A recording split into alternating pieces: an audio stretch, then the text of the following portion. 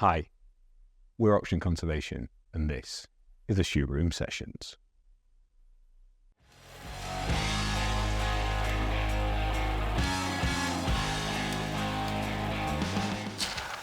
So part of our incredible journey this week ended up bringing us to Newcastle in an unexpected way because you kindly agreed to come and sit down with us for a conversation.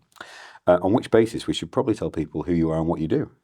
Sure, I'm Neil Beamsley and I'm Group Head of Biodiversity for Bellway Homes.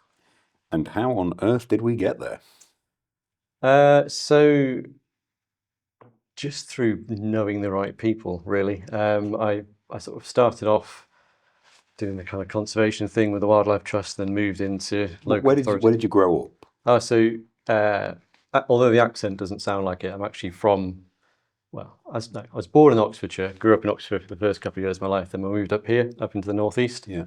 And I've lived up here pretty much ever since, with a slight sabbatical in the West Midlands for 4 years, but the rest of the time has just been up in the northeast.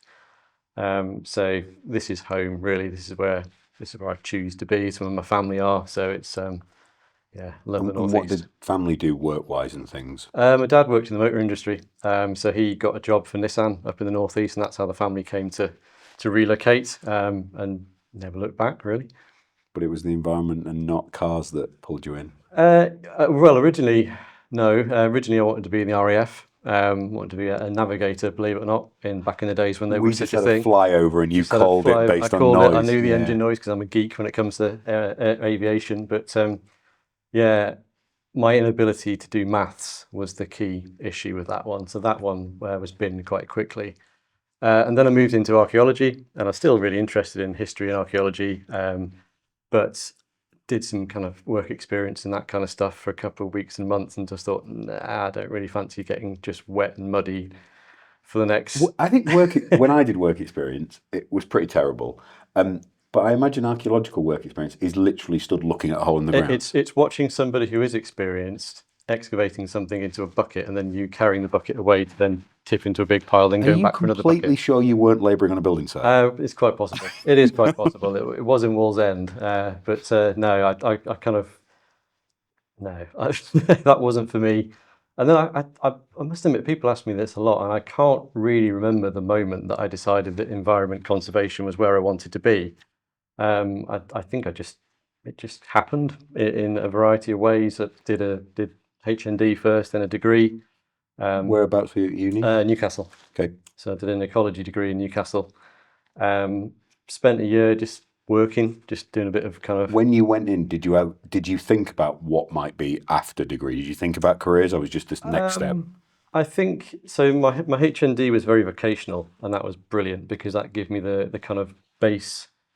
I mean, ironically, it's actually helped me with BNG in terms of knowing how habitats are managed, particularly, and understanding the agricultural side of it, the forestry side of it, the kind of practical conservation side of it, and that was all really useful. The degree was much more focused on things like soil and all that kind of stuff, which I've never really used, but it was a trajectory that I've kind of followed on from that point. So, I've always had an interest in the natural world, but I think it wasn't until perhaps late in sixth form that I really started to think, actually, this is something I might want to do as a job, and that's how it kind of progressed from there. I think it's really hard to ask young people what they want to do career-wise. That's ridiculous. I'm not sure yet. You can't know when you're 16, 17. I suppose some people do, but most people, I think, don't 100% know what they want to do at that age. It's chapters of life, right? I think back to, so I went degree, PhD, public sector, bit of sport in the middle.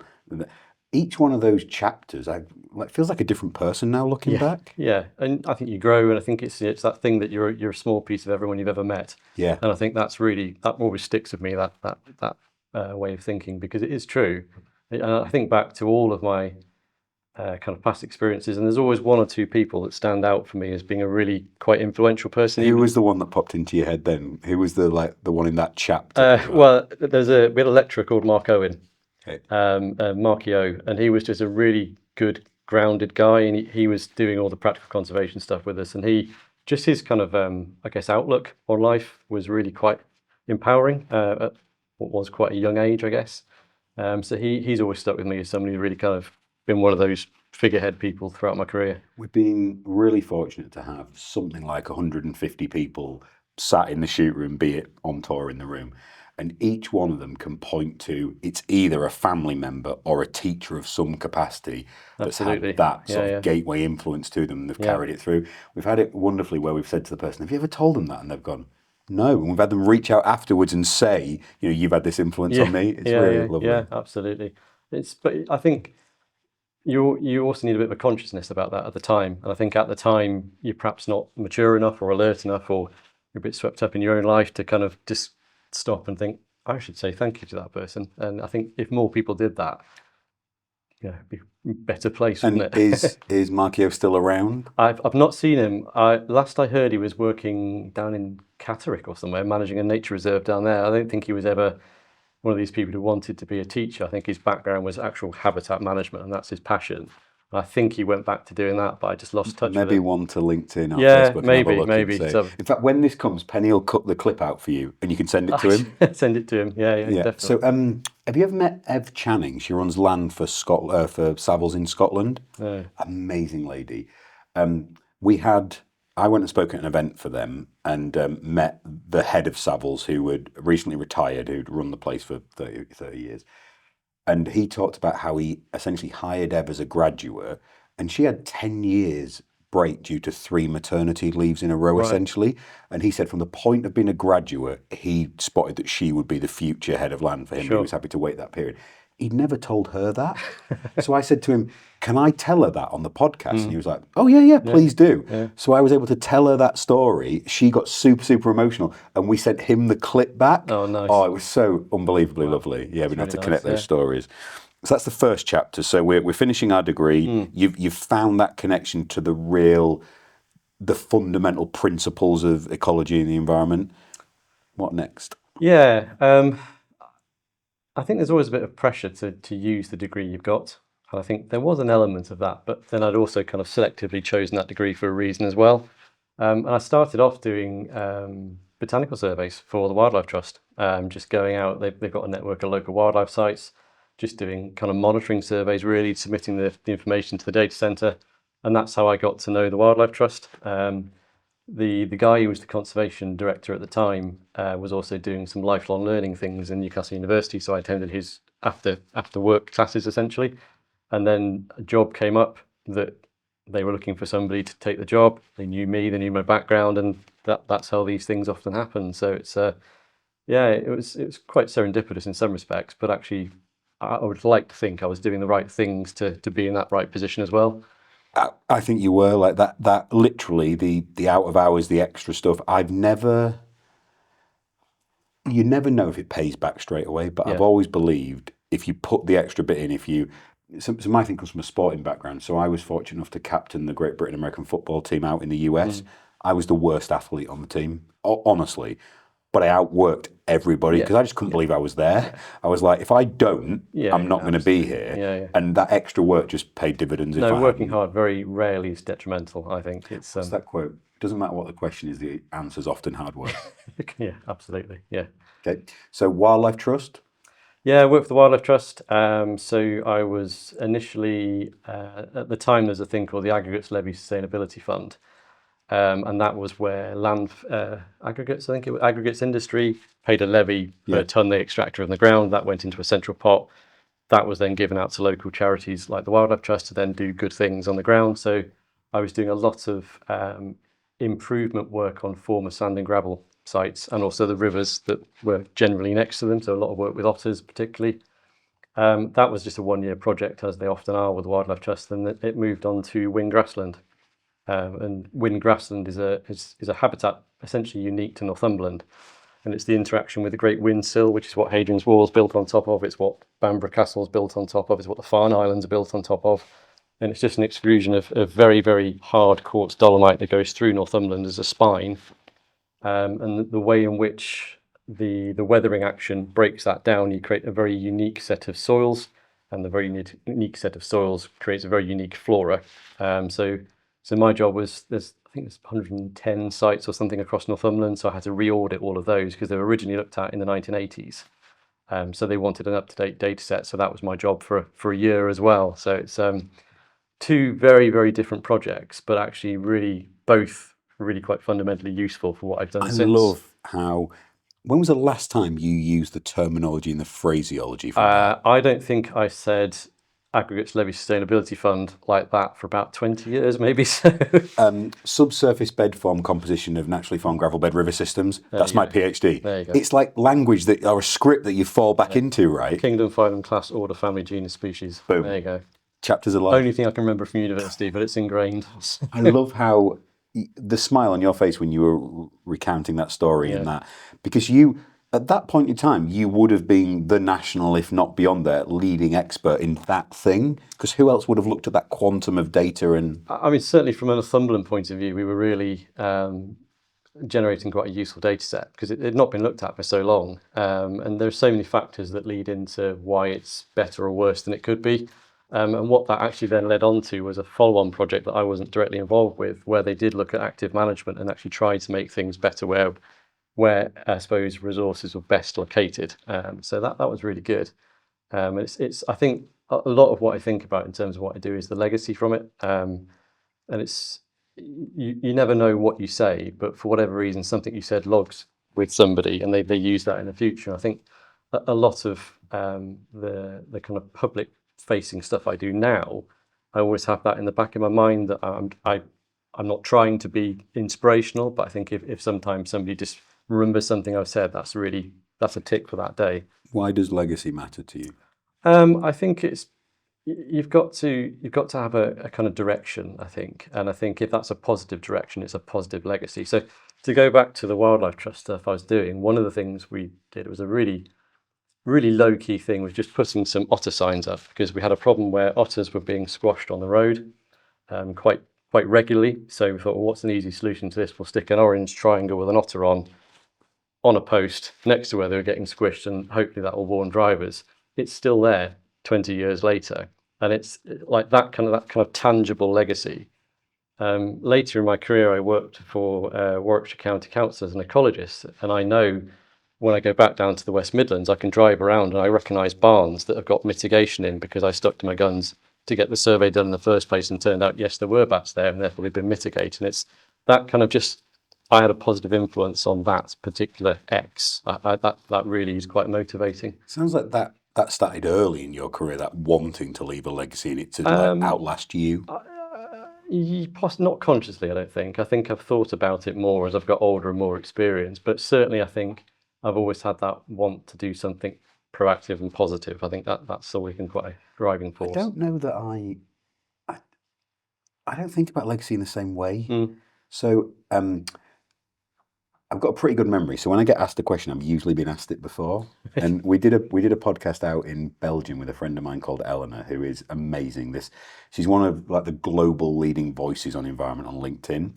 And she said, "Oh, I'm going to start a podcast. Will you come out and do it?" And I was like, "Yeah, sure, no problem." We went out there and she didn't tell me. The first guest was the Prime Minister of Belgium. And I was the second guest. I'm like, "What are you doing? Like, that's not the right..." Okay, brill. And she said to me, "Oh, what do you want your legacy to be?" And I was like, "Oh, no one's ever asked me that before." Sure, yeah. No. And the answer I ended up settling on in the moment was, I don't really want one. I want what we do now. And I've been so fortunate to have an incredible chapter with OC. But if what we've done's irrelevant in X years' time, because we're sat on a £300 million portfolio, which for the environment sector, from when you started in the Wildlife Trust and when I was doing, Massive. it was a 30 grand portfolio was a big one, never mind a 300 million. Yeah. So, but if it's 3 billion, then what we've done doesn't matter because it's paled into comparison. And I'm like, almost if I haven't got a legacy of any kind, the environment's in a better place. Yeah. Now, I don't know if that was the answer that felt right at the time and good. I just don't know. I just think I'm very much about like, before we started recording, we talked about certainty in the market at the minute and political. I think I'm just about the next month or year, or rather than thinking like legacy. Yeah, but I think there's also a danger of trying to chase a legacy as well. I think for me, a legacy is something that's a bit more organic. It's the principle of if I plant a woodland tomorrow, I'll never see that as a mature woodland, but I know I planted a woodland, and I know that future generations will see that as a mature woodland. I think that's a subtle difference to doing it because it's like a totem to you. You're doing it for much more altruistic reasons, but actually, I think that's a much more robust legacy as a kind of principle, if nothing else. It's like I often think when we go to National Trust places and things, the people that commissioned the properties and the buildings rarely saw the end of them. So I'll give you a really good example of that. Newcastle has got the town moor in the middle, and around the outside there's this absolutely phenomenal, or it might be phenomenal, lime tree boulevard that goes both sides of the road. And every time I drive down that, I just think, thank goodness for the person who had the vision 100 years ago, whatever it might be, to plant those trees at such lovely equal spacings, because it just creates such a fantastic feature in the middle of urban Newcastle. And I guess it's one of those things, again, someone didn't think in 100 years' time that's going to be a fantastic feature to drive down. He did it just perhaps because, but what a fantastic legacy to have as something you contributed to that area. Love it. So you've taken us to the Midlands now, chapter of you down there. How did you enjoy being away from Newcastle? Not great, to be honest. No. We sort of moved down for domestic reasons. Initially I went down and interviewed for a job for Worcestershire Wildlife Trust, which I didn't get. But one of the people on the panel was also part of this thing called a Severn and Avon Vales Wetlands Partnership, which was trying to improve the Severn Avon Vale, which, as you all know, it's a big old wetland area that gets 6 foot underwater every year. And they had a guy on staff who was doing the kind of practical conservation stuff, which, if I'm honest, is really what I wanted to do. But they also had a thing where they were marketing things like the meat that was produced on the kind of wetland areas. So I ended up doing that for probably about 10, 11 months. I just hated it. It just wasn't my bag at all. So then I saw a job for Warwickshire County Council as an ecologist, planning ecologist, which is much more my bag. And that was just a really good experience. It was very full on and a lot of work to get through. But you were dealing with, every day you'd be dealing with 10 or 15 different species in 10 or 15 different locations, all with slightly different challenges to overcome. That was just probably the most interesting job I've ever done, just because of the variety every day of not knowing what's going to come in, not knowing how you're going to deal with it, not knowing what the parameters are going to be, and lots of other factors. It was really interesting. Sort of organisational culture-wise, did you find the County Council very different to the Wildlife Trust? Very much so. Big entity, lots of people. Whereas the Wildlife Trust, you had one person that did the job in the council that 100 people did. It's a very different mindset to get into. So we think about Wildlife Trust now as quite large organisations. So there's a few in the hundreds of people now. You know, who did we have? Debbie Tan we had in recently, who had a big team. Yeah. But then in that chapter, there would have been small trusts, right? I think when I worked at Northumberland Trust, there was 35. And I think now they're almost getting towards 100. I think they've grown massively. But yeah, it was actually quite lucky because Warwickshire is one of the few local authorities that has a big team. So Dave Lowe's the guy down there who's just a force of nature, and very, very good at getting bums on seats. Is he another one on the list of influences? I would never ever tell him that. I mean, obviously edit that out of the thing, but no, Dave's a good guy. I just beat Dave's name out. Beep. Can't do it. Yeah, no, Dave's he was really good, very supportive, and kind of he had a really nice way of letting you make a mistake but not beating you around the head with it, which I really appreciated because I'd never done that exact kind of job before. So I did make some errors early on, particularly, but you know, you learn by these things. One thing I love about those moments is in a leadership role, you'll make a decision, you'll coach in a certain way, and I always go, oh, that's something someone taught me 20 years ago, and you remember the moment, and you don't know you're learning it at the time until you apply it. Absolutely. And I love borrowing those lessons forward. Yeah, it's like I said before, you're part of everyone you've ever met, and I think that goes for management as well as who you are as a person. I think it's you're just a big jigsaw puzzle that you keep adding layers onto. Well, you are if you consciously borrow. Some people choose not to, and they think their version of the world is the right one, and they ignore all the signs of things they can borrow from everybody. Yeah, you're just advocating for more of a kleptomaniac lifestyle, which is the best way: borrow and intimidate. Yeah, it's I think even, and I don't mean that in that you only take the good stuff; you take everything, because I think sometimes you can learn as much about someone that drives you mad as you can from someone you have a huge amount of respect for. It's just taking those little bits and pieces all the time and building a better you, as the spin would have it. But no, it would be boring if we didn't, I think. When someone says to me, "Oh, I've always been the same person," I'm like, "Wow, that scares me." Yeah, that's diagnosable. Yeah, it's true. Yeah. So bring us back up north. Yeah, so I just wasn't. I like the job in Warwickshire, but overall, I miss my mates. Everyone is up here, my family's up here, so I think just got to the point after about 4 years where I just moved back up and went into consultancy. I've always been quite lucky that because I've had such a varied career, I've done a bit of everything, so I can see everything from everyone's point of view, and having done the local authority job, I could really understand what they were saying and where they were coming from when you got a response to one of your consultancy reports that just shredded it. You go, oh, actually, fair enough. That's the fair point. I mean, sometimes that wasn't the case. Sometimes it was just ridiculous. But generally, to have that understanding of both sides of the argument, I think was quite useful. When have you always been good at getting the shitty email or the terrible report and checking the emotion and just being objective with it? No, I've had to learn that. Okay. How did you learn that skill? By sending off too many angry emails and getting the consequences for it. I think it's certainly younger in my career, I didn't help myself by just being too compulsive. But you learn, don't you? Did you step through the whole write it but don't send it, put the Write delay it, on? Go and have some lunch, come back. Do I still feel that way? No, probably not. I can soften that edge off and take that paragraph out and do that kind of thing. Will this make the situation better or worse? And then you end up with,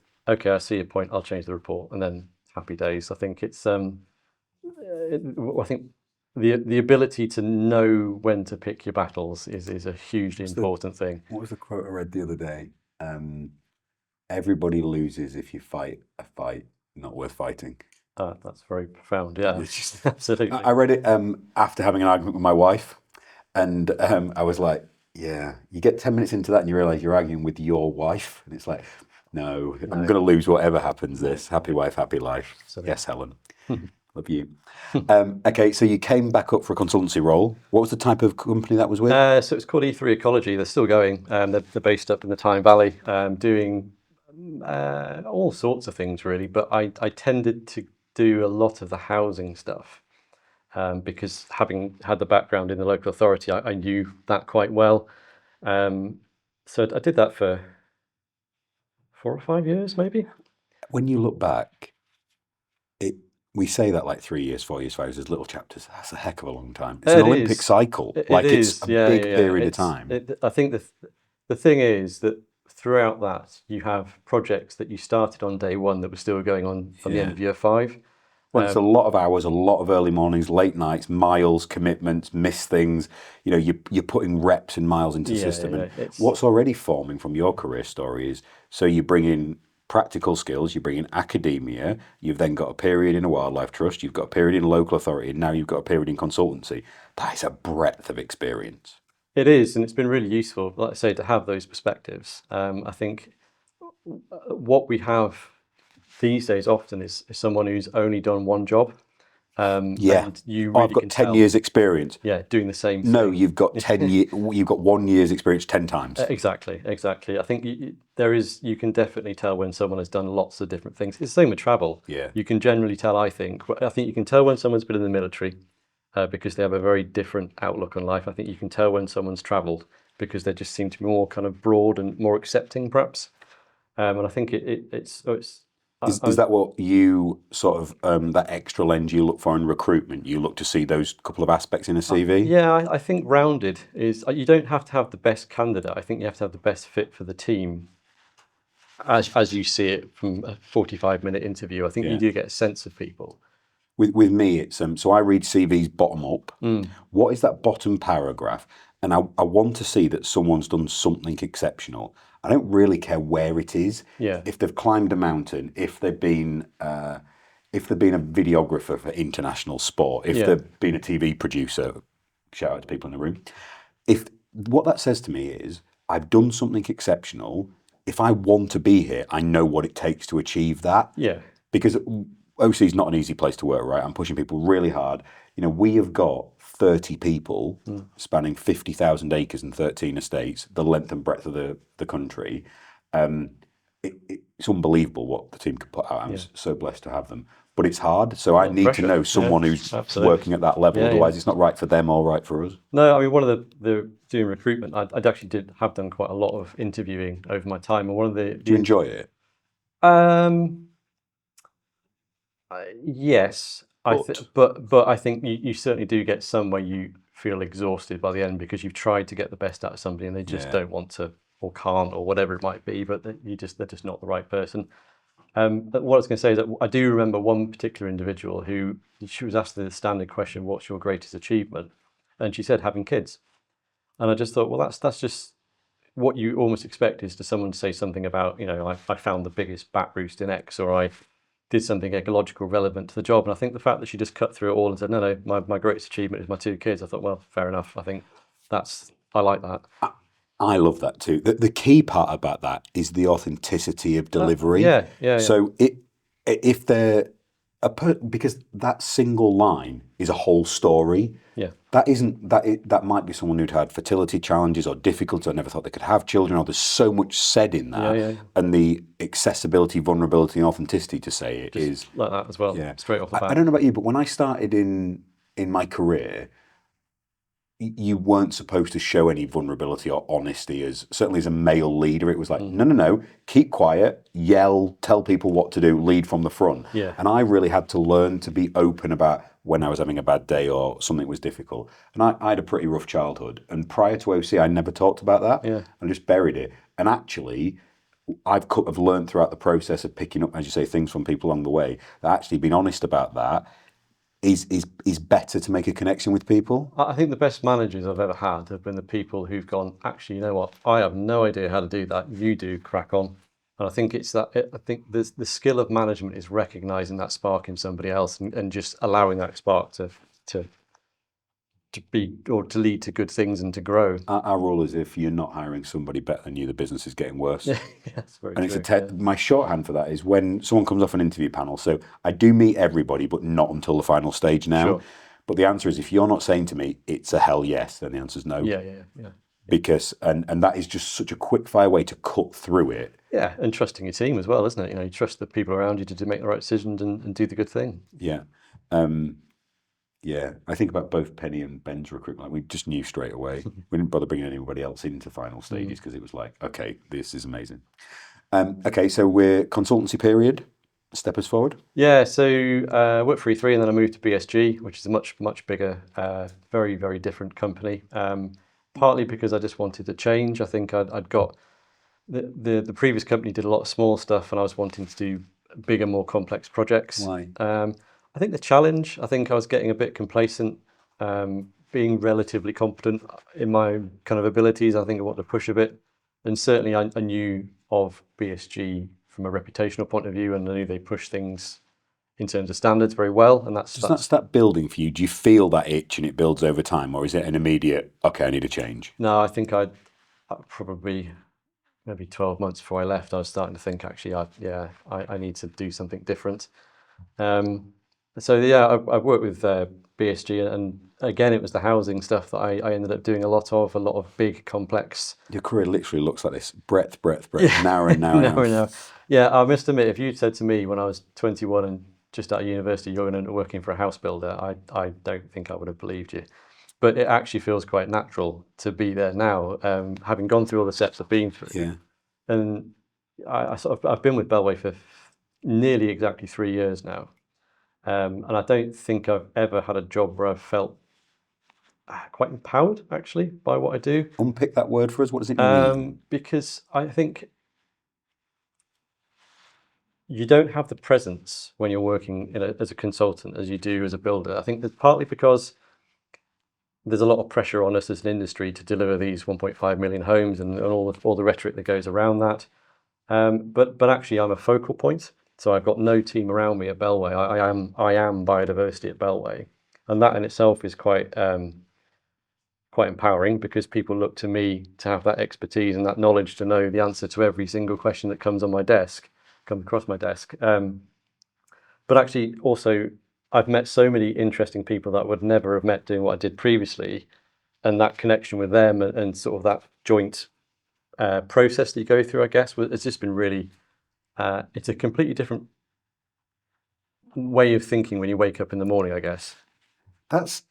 I naturally assumed you were sat with a 20-person team. No. Honestly, with the breadth of what you get to. So it makes the fact that, like, you're not only Group Head of Biodiversity for Bellway, you're that for the sector.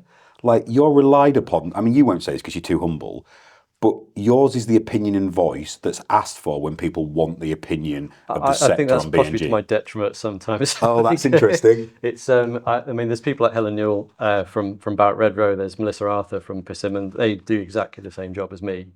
I think Helen's much better at making better judgments as when she says things and when not to say things, whereas I just plow in and just say what I think. I think I am quite opinionated. I think that annoys people sometimes, but I also think sometimes things need to be said. I think as long as I'm doing that constructively and I'm not compromising the business and all that kind of stuff, then I'm happy to say it. So can you help people understand the scale, the sort of reach of Bellway? Yeah, so we are, I forget which, we're third or fourth, I think, biggest residential developer. So we cover England, Wales and Scotland. We don't operate in Ireland at the moment. We've got 21 divisions. So I work within Group Office, which is up here in Newcastle, because Bellway is a northeast based company, always has been. We then support our local divisions are the ones who actually do the house building. So my remit is across all of those 21. So quite a busy boy in terms of particularly BNG. So my post is really as a result of BNG, but because of my background, I do protected species, protected habitats, nutrient neutrality, water neutrality, licensing, anything really ecological, feathered, furred, flowering. That's my bag within the company. I'm going to steal that term. Yeah, love it. Fascinating. Okay, one of the and you mentioned the 1.5 million housing target. Yeah. So that's thrown around everywhere by the government. What does that number feel like if you're actually in the sector? How real? How is that the Olympic gold medal? Like, what is it? I think I can only speak for Bellway. We don't spend hours sit around in meetings and focus groups thinking how we're going to do our bit of the 1.5 million homes. But I think what we do is our own thing, and we do that as efficiently as we can. And I think we've got shareholders like any other PLC company. We've got to keep them happy, and the way we keep them happy is by increasing our number. But we do it sustainably. I think it'd be irresponsible to just go, right, we can deliver 15,000 plots this year, whereas actually for us, 8, 9, 10 is much more sustainable growth. So I think from our perspective, as long as we are working in a positive trajectory, that's how we contribute to that 1.5 million number.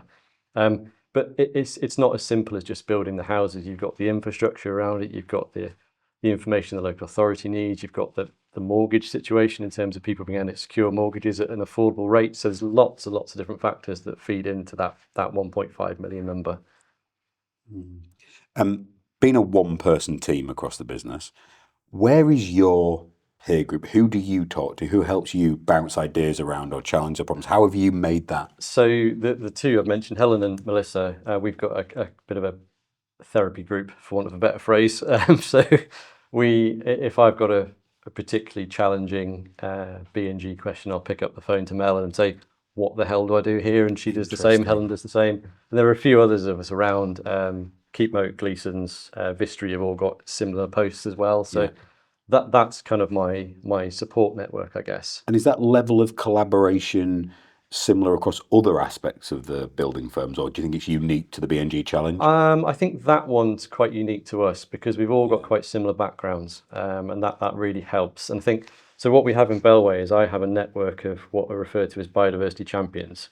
So every division has somebody who's a bit more experienced, a bit more informed around particularly BNG, and I kind of use them as my eyes and ears on the ground. So they're kind of like a network, but ultimately the buck stops with me in terms of BNG and all the other things I listed off. That's fascinating. I think one of the things, so I get accused of being a cheerleader for the natural capital sector occasionally, and I'm like, yep, that's exactly what I intend to do. I've worked in, similar to you, lots of different style of sectors and businesses, and from that sort of 1980s toxic masculinity, competitive nature where success was pushing others back rather than propelling each other forward. And I just hated that about the sector earlier on. So when I started in the environment sector, it was very protectionist. It was like, you almost have catchments. Oh, we do it this way here and this way, and people wouldn't talk. And, some of the chief execs of the Wildlife Trust, they'll say similar that prior to Craig's sort of period in charge, they didn't work together as well now. No. Whereas I think now, natural capital world, I will only ever speak positively about the Environment Bank and Restore and Rebalance Earth and Great Yellow and all the companies doing great stuff because we need a bigger sector doing everything? I think one of my biggest motivations for doing what I'm doing at Bellway is to bridge that gap between conservation, restoration, and development, because the two need each other. And increasingly, there's the folks that get that and the folks that refuse to get that. And I think part of my role is to help those who refuse to get it to kind of see that we're not. And are we moving along the spectrum and more starting to? Waivers. Yeah. It wavers. I think sometimes you think actually they're just starting to really click, and then something happens and it feels a bit more kind of retrograde. But I think generally, particularly the natural capital markets and the fact that the likes of the Wildlife Trust, for example, are starting to realise they can capitalise their land in a really positive way, and we, the developers, can pay for that.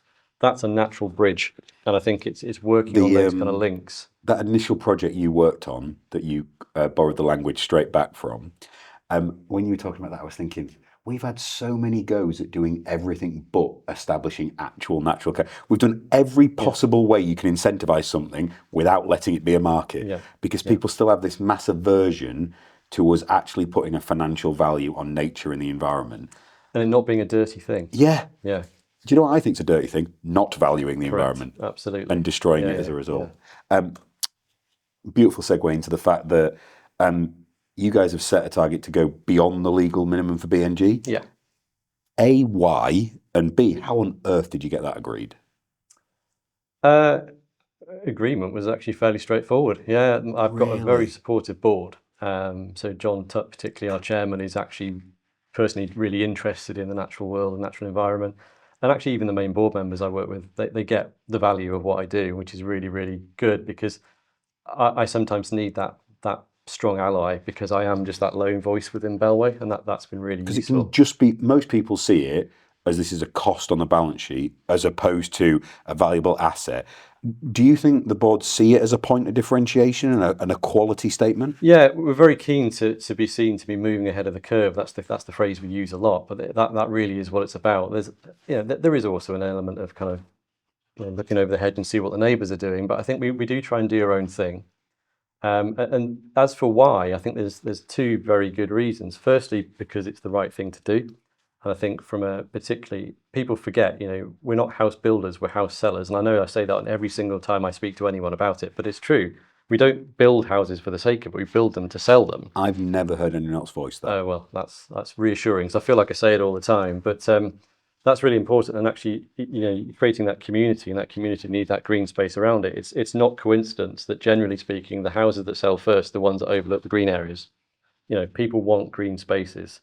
The second reason is a much more boring and practical one, is that if you think about the weather we've had this year, if you've just established a load of other neutral grassland, to use the usual term, and it's been this dry, and you're relying on that grassland that's now completely parched to deliver your 10%, well, you're not delivering 10% if you've only aimed for 10%. So it actually makes sense commercially to aim higher, because then you've got a little bit of spare in your back pocket. If you do have a really wet winter, really hard frosts, really dry summer, then you've still got that ability to meet that minimum 10%. You're also creating a virtuous circle there. So the additional space you've afforded for green infrastructure there will have benefits on the flood risk perspective over there, the absorption, the climate adaptation for temperature and things. So actually, you're making a more resilient offering and a more resilient place to live and be. Yeah, it's a place where people want to be, but also a place that functions in a much more usable way. And all the offshoot benefits that come with that as well is just a bonus. So you are literally one of the UK's leading house sellers, and you're saying this makes sense, we want to do it, it's the right thing. How on earth are we in a world whereby we've got a government and a media that continues to labour nature and BNG as the blocker to planning? How are we there? I genuinely don't know. Having worked in consultancy for getting on for 15 years, I think it was in the end, when I first started, there was a lot of talk about newts, particularly. Newt was the hot. Everyone hated newts. There was all the horror stories about £600,000 bills for 3 newts and stuff like that. And I look at that and think that's not right. You should not be spending that amount of money on 3 newts, because ultimately that's disproportionate. And I think you've got to keep a proportion of all these things. Benedict McDonald's got a great quote. He'd say, well, in that scenario, they're functionally extinct anyway there. Yeah, Like, it's not viable. exactly. And I'm So, not going to mention the bloody bat tunnel because that's just a farce in itself. But project management has got a lot to do with these things as well. But actually, to be fair to the industry, it evolved, it adapted, it kind of found new ways. You've got things like district level licensing, and these problems can be dealt with. And I think most of the delays that happen, they're never solely, in my experience anyway, they're never solely because of biodiversity ecology. That may be one of a number of contributing factors, but it's not the only reason. And actually, often that reason is only a reason because somebody's dropped the ball and they've not commissioned the survey work at the right time, they've not read the report properly, or any number of other issues. Previous austerity cuts meant there was no one in the local authority office to read the report that had been sat on the desk. 100%. I think that the most beneficial thing that could happen in this country from a building perspective is to invest in the local planning authorities with more officers. I think I echo what the HBF said in their report about BNG a couple of months ago, where it said the biggest thing that can happen positively is that every local authority has in-house expertise, because if you've got that point of contact, you can really interpret and interrogate that metric in a useful way. BNG starts to deliver straight away. You can't expect someone who's not an ecologist to look at a metric and understand what it means. One of my frustrations throughout my career has been, and we're starting to change it now, but the refusal of the environment sector to understand the urgency and need for speed of the private sector. So I love a cricket analogy with this. So the environment sector has always played test cricket. We've got as much time as we need. We've got nothing needs to be rushed. It's methodical. It's steady. Whereas actually the private sector is playing T20 cricket. Run rate matters. Speed of execution matters. Everything matters. I think you're absolutely right. And I think the problem often the environment sector forgets is that they are one of about 20 different things that planning officer, that officer in a housing developer is trying to juggle at the same time. And I think that's remiss, because they need to. One of the things that was always drilled into me in one of my jobs was you need to integrate, you need to speak the language of that project team, because you're part of the project team. And that there's two things there. Firstly, you're part of that project team and you are no less important than anyone else. That's really fundamental for any ecologist to understand. But equally, if you come into that meeting as a project ecologist, say nothing for the entire meeting until the last 5 seconds where you go, oh, by the way, we've not done all our survey work, bye, and run away, that's when problems happen. So you've got to back yourself basically and really kind of stick your arms out and puff your chest out. But equally, you're valuable. You're a really important part of that process. And BNG has only served to strengthen that position because you're a legal requirement. And that brings a great deal of responsibility with it. It's a sector that's often been overlooked. Now you sit right at the very top of the table, but you've then got to deliver with that responsibility. And that's the balance that I think we're still transitioning towards. Yeah. When we think about what great BNG looks like, what's some of the best examples of on-site BNG you've seen? When's it done well? Funny enough, the example that jumps to mind is actually pre-BNG, and it's just down the road. There's a place called Newcastle Great Park, which if you go northbound on the A1, you go out of Newcastle, and it's the reed beds you see either side of you just before you leave the main area of conurbation. And that's been ongoing for 20 years now, but that's a really great example of what the building sector can do if it works together and has a plan. And I see that kind of thing, because don't forget, BNG is only 18 months old. We as Bellway are only just starting to build out our first sites, which are statutory BNG. Yeah. So we don't know yet what it looks like. Oh, I love that you've raised that. Why isn't natural capital working? Why isn't it perfect? It's not started. It was actually a friend in the finance sector that came in and he was saying, well, we've had several hundred years to get financial markets right, and we're not doing that well. Yeah. So we should probably give you guys more than 18 months. 100%. Yeah. We're lucky if we get an application from submission to boots on the ground, spade in the ground within 18 months. That's the reality of where we are at the moment. I don't think people realise that either. No, I don't think people realise that, when you pull a lever, it's not an immediate process. I was speaking to a friend who works for another developer the other day, and she was saying one of their sites was submitted in 2019, and it's still not got planning permission 6 years later. My favourite anecdote of this, do you know what the Sphere is in Las Vegas? It is literally a circular building where the whole outside and the entire inside. Oh, is that where you is two a were doing the screen. residence? Yep. Yes, I do. And Okay. so they can project anything on the outside Yeah, yeah. and the inside of it. Planning permission for spheres was submitted in London and Las Vegas at the same time. Theirs has been open 3 years. They haven't looked at our planning permission yet. Yeah. That is not an ecological issue. That is a system issue that we have put in place. It's and again, I can empathise because I've worked in a local authority and I know how challenging it can be. But resource is such an important factor in that. And if you've got more people doing the jobs, then these things don't take as long. It's a simple metric, but it's a reality of where they are. I completely agree. It's very difficult. So where that isn't possible, where you've got a site that the construct of it, the size, the space doesn't work to deliver great B&G on site, what does a great off-site option look like? I think firstly, it's an off-site option for the right reasons. That's what I would say. A huge part of my job is so every single metric that comes into Bellway comes across my desk at some stage and I sign it off. And I spend a huge amount of time interrogating. And so people understand that will say there's this type of habitat we'd potentially be disturbing. We need to purchase 10%, 110% of this style of unit. Yeah, so there's two parts of that. So the metric works, it's basically a posh Excel spreadsheet. So it's got what have we got now and what's the value of that. It's expressed as a number. And then what do we think we're going to have at the end of 30 years, also expressed as a number. And if the difference between those two is positive 10% or more, then happy days. If it's less than that, you've got to find a way in which to build it up to 10% as your minimum. A big part of what I do is sense checking the inputs we get from consultants particularly and saying, look, I know you've got this metric that suggests that we can get to 10%, but the reality is we can't. And here's the reasons why. And it'll be because it's a habitat that's too complicated. It's a habitat that isn't really within the skill set of the people doing the management. It's a habitat. What might an example of a complicated habitat be? So I've seen habitats recently in metrics where they've said that we're going to create lowland meadow on a building site with no soil data, just an assumption that you stick it in the metric and you get a magic 10% out.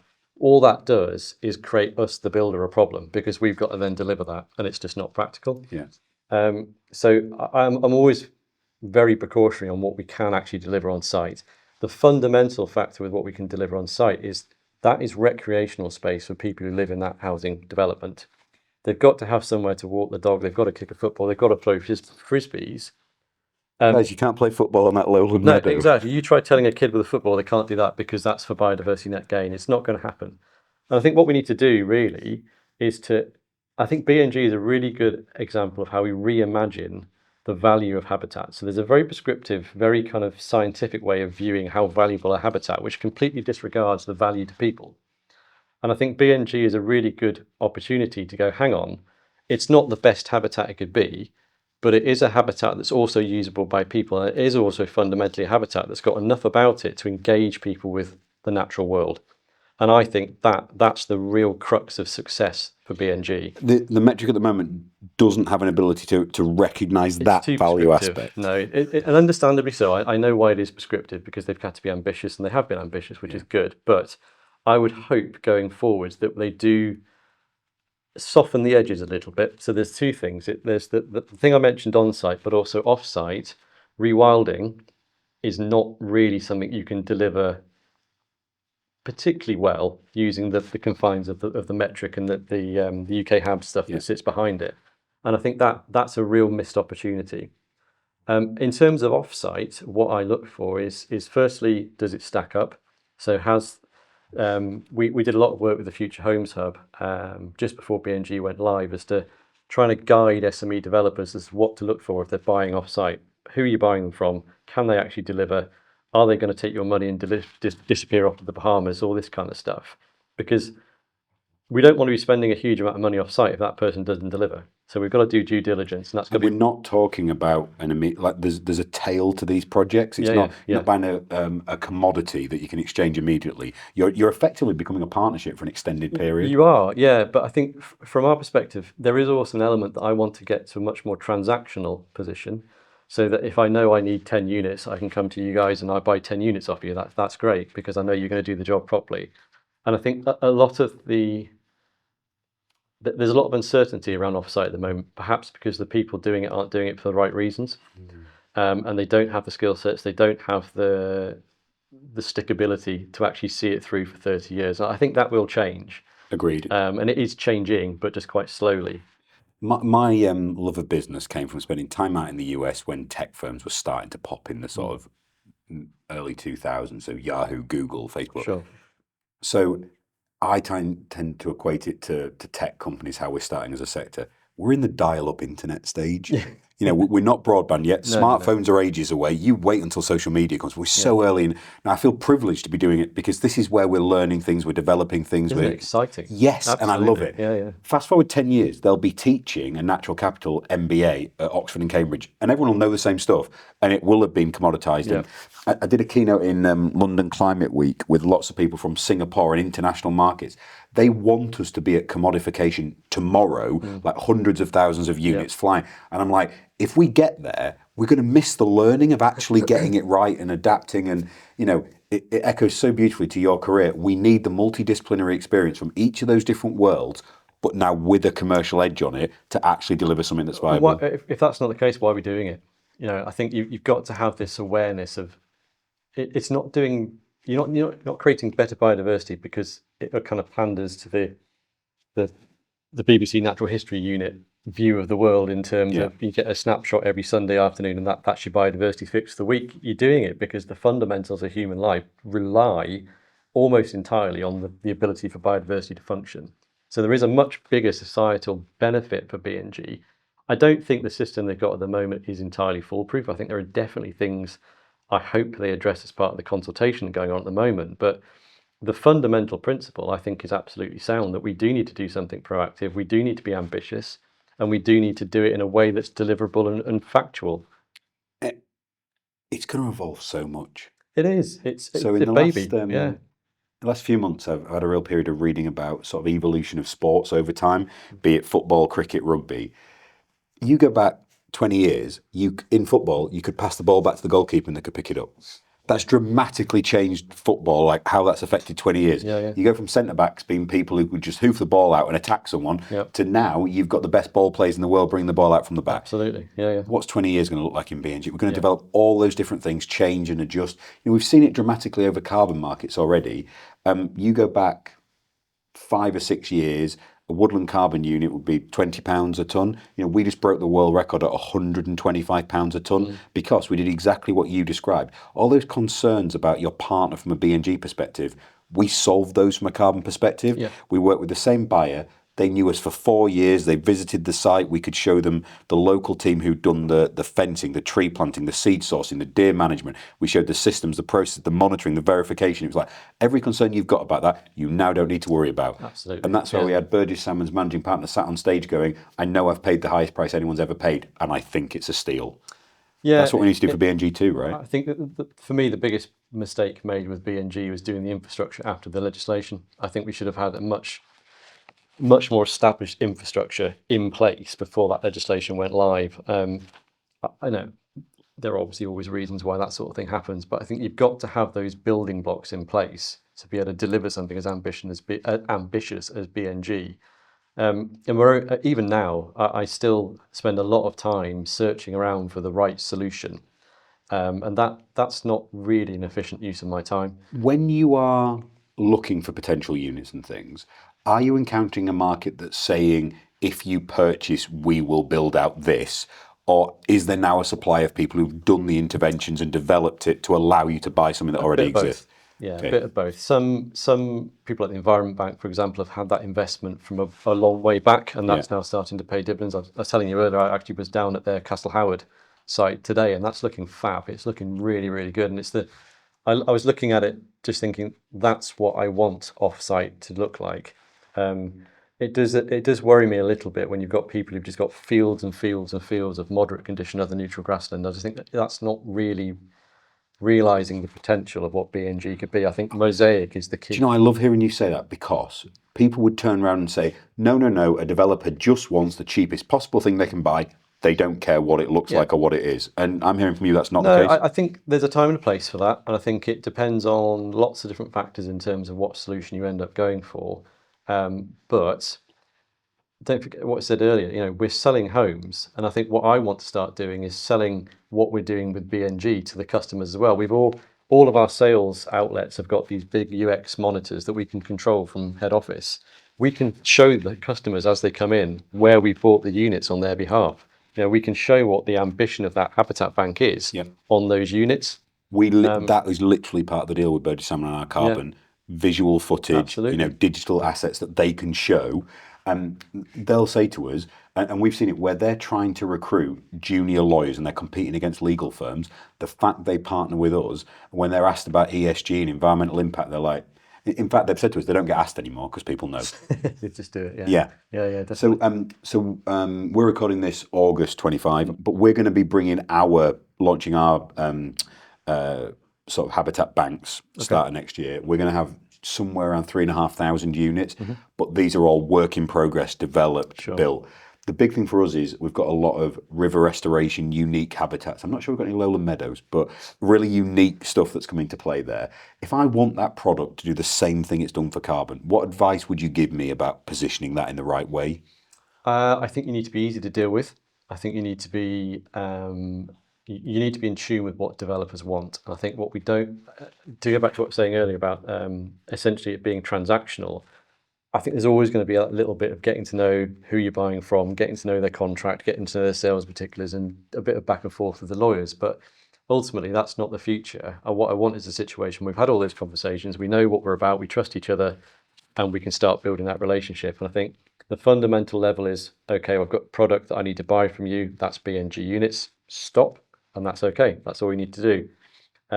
But there's a lot of appetite out there as well for that higher integrity BNG doing more than just the minimum unit. And I think that's going to take time to snowball, and it's going to start to take time to people to accept that's a good thing. But when that happens, that's when BNG starts to really kick on and deliver the good stuff off site. And do you think there'll be a willingness for the sector to pay a premium for that better quality, deliverability, confidence in the product? To a point, yeah. I mean, at the end of the day, we're still, cost is very, very important, particularly the cost involved and the risk involved of developing a site. But I think customers also demand that we did a survey at Bellway with our customers April time this year. And it was a voluntary survey. It wasn't particularly scientific. It was kind of fairly open-ended questions. But the responses, there's two things that are notable. Firstly, over 1,000 people chose to fill in that questionnaire off their own back. And secondly, the responses were almost overwhelmingly positive in terms of they want to see more green space, they want us to do more for biodiversity, they want us to encourage biodiversity on their sites. I think that's quite powerful because they didn't have to do that. They just wanted to tell us. That wouldn't have been the answer 5 years ago. No. But I think people are starting to understand that green is good for so many things. What's the time period between you having a bare piece of land and looking at it as a potential site and someone buying a house? There's so many factors that building. If you're on building within, say, I don't know, 2.5, 3 years, you're probably doing all right. From initial contract to spade in the ground, that's probably 2.5, 3 years. It's really interesting because a project that you might start next year, the potential buyers for those are the people who are maybe just coming out of university now. Quite possibly. And what I'm super excited about is, as a country, we haven't seen the Greta Thunberg generation come through uni yet. They're just about to start emerging. Once they're in senior roles in businesses, and the demand rate, so those 1,000 people, 2,000 will start responding because the next generation are far more engaged politically, far more opinionated, and know what they want. And they're more demanding about environmental and social issues. So I think your future buyer, it's going to be this. I completely agree. But I think there's also an education piece in there as well. And I take things like Springwatch, for example, at face value. It is what it is. It's entertainment. People like to watch it. But it's not really the reality, is it? It's very polished. It's very. I'd never thought of it anything but an entertainment. So when you said it, I was like, but my parents would think, oh no, it's a nature. But the problem is that's the only meal people get that is nature based. We were in the Dales this morning, and you look at the beautifully lime green stone walled. Oh, that's great, isn't it? No, everything's Do you dead. know, I was literally just about to use the Yorkshire Dales as my analogy. Is We're that, both going to get shot if we go there now. well, a mate of mine was doing a presentation, and he said exactly this: is that the problem in this country can be boiled down to the fact that when people go to the Lake District or when people go to the Yorkshire Dales and they see those green fields, they go, "Oh, wonderful biodiversity." The reality is they are green deserts mown by woolly lawnmowers. There's probably more biodiversity in my back garden than there is in the average field in the Yorkshire Dales. Now, there's variation in that, and I'm being a bit flippant, but the point is that's not high quality, it's just green.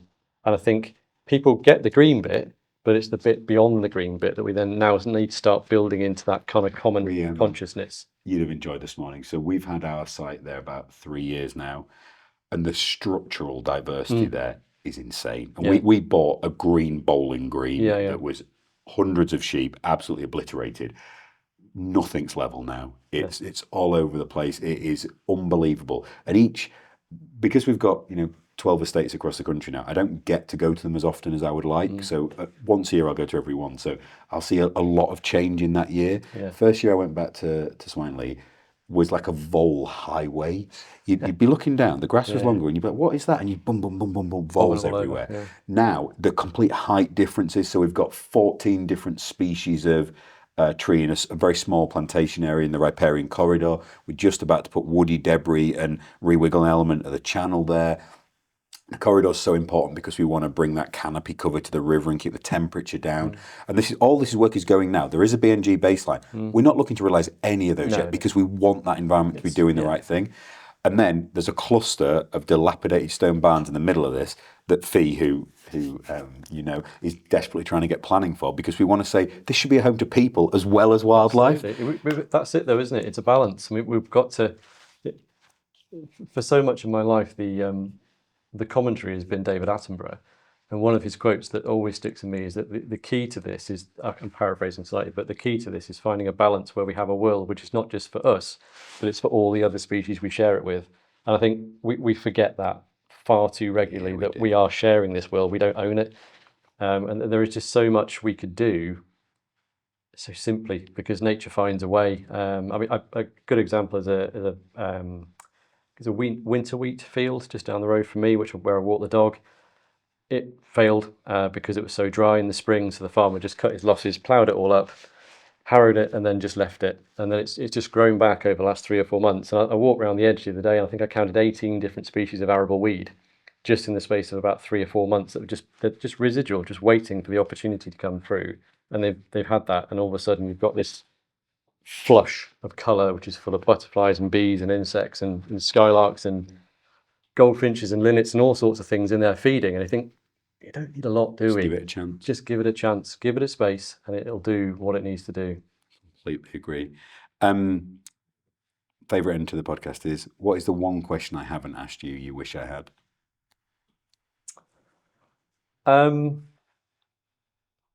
What would be the thing that I suggest we do, the one thing we do to change to make BNG work? And I think that's quite a tricky one, because it's you set your own question, mate. I know, but I think the thing is, I think everyone needs to be honest about the fact it's not perfect. And I think I look at it from a slightly different lens, because I look at it not only from an ecologist, but I look at it from a house builder's perspective, and I think, well, okay, what do we need to do to make this work? And I think that the biggest challenge that we are dealing with at the moment is this notion of significance. So for the benefit of anyone who doesn't know, the 30 years doesn't necessarily apply to everything green in the landscaping. It's only habitats that are deemed to be significant over above what they were previously. And that's never really been defined. It's kind of left to the local authorities to decide with the consultant ecologist and the applicant which is a significant habitat and which is not. And I think my view would be actually just lump it all in, just call it all BNG, because that's far easier to deal with, because the significance of that is that the non-significant habitat isn't triggered by 30 years. You don't have to manage that for 30 years, whereas the other stuff you do. From a contractual point of view, that's a nightmare to try and deal with. So I think there's a lot of stuff that could be done to BNG to streamline it. And I think for me, that would be the number one thing we could look at in terms of finding a better, more consistent way of assigning that significant factor, but also how that then works for the process beyond just the metric and then the deliverability stage. I don't think anyone would disagree with how beneficial an element of simplicity would bring to B&G. No. I saw it happen so much in the public sector. So you will have somebody with genuinely the best endeavours going, oh, we couldn't possibly ask the developers to take responsibility for everything for 30 years. You know, they'll want this level of differentiation. They won't have properly asked, and they won't have actually engaged to understand someone else's perspective. There will be a sort of paternalistic view of, no, we better protect them. Yeah. I saw it play out in like, when there was change programs and redundancy scenarios, they'd be like, oh, no, we'll move this person to this role because that's what will be better for them. Couldn't we ask them what they wanted or actually give them what they're into? Yeah. I think that would make all, and I think we will get there. That simplicity will come. And my view is the more you, two ways, you either use that infrastructure analogy you said, put more of a systems and process in place, or you allow the market to fix it, but give them the room to fix it. Yeah, I do it for the right reasons. I think that's the bottom line. I think, you know, the house building sector has always been really good at finding solutions. Yeah, that's literally the job, right? Exactly. That's what we do. We find we have problems. How do we deal with it? What's the best way to deal with that? How do we get our planning ticket? And I think B&G is no different. I think that's why I do, like, one of the things I think we do differently, we don't let perfect be the enemy of better. Yeah. So people will say, oh, you know, this isn't right and this, and I'm like, my view is I'm going to play chess. If you come along halfway through the game and tell me the knights aren't on the board anymore, I'm still going to play chess with the game you've set in front of me, and I'll just adapt, and we will adapt and evolve quicker than others, and that's why we've been able to do what we've done as fast as we can. Mate, I hugely appreciate you finding the time at short notice. It's been a pleasure to get you on the podcast. Thank you for being such a voice of pragmatism, reasonableness, and a voice for the environment, but with all those different perspectives you collected throughout your career. I think, yes, B&G hasn't been perfect, but I think the positives that have happened, you've got a lot to play in that, so thank you. It's appreciated. And it's young. That's the thing. It's young. Let it grow and just see where it goes. Yeah, we'll come back in a couple of years and celebrate its progress. Yeah. Thank you. I appreciate it. Thank you. Bye.